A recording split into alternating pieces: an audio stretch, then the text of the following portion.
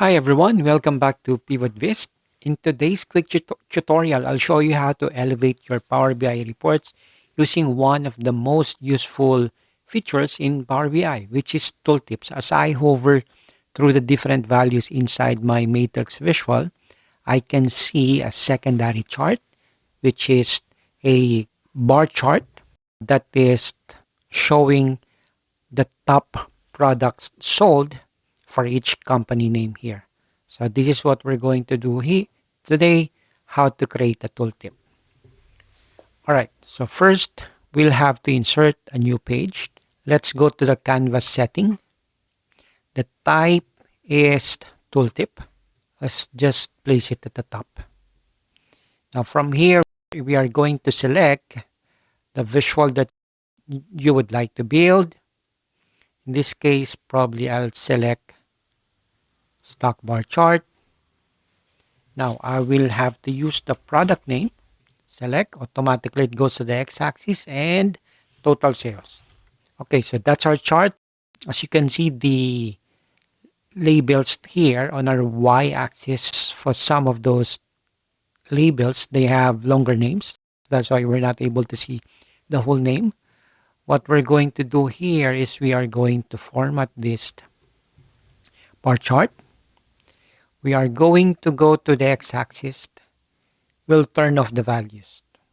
Okay, we'll turn off the values, but instead we are going to have the data labels on. Turn on the data labels, expand it. Now let's go to the values first. Now currently the value that's being shown is total sales. That's why we can see those are the total sales.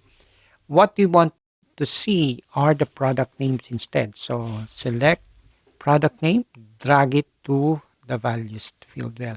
Okay, so now we can see the product name instead of the values. Next is we're going to change the possession. I'd like it to have inside based. So they would appear at the beginning of the bar chart. And I will change the color of the data labels black. Overflow text, let's select this overflow text so we can see the text completely. All right, and then let's give this a name. Let's give it a name as tip 3. Okay, so that's our tip 3. Now if we go to the home page, let's select that visual that we would like to apply our tooltip that we just created. Go to properties. I'm selecting now the chart that I would like to have that tooltip shown. Go to the properties, expand tooltip. Now type is report page.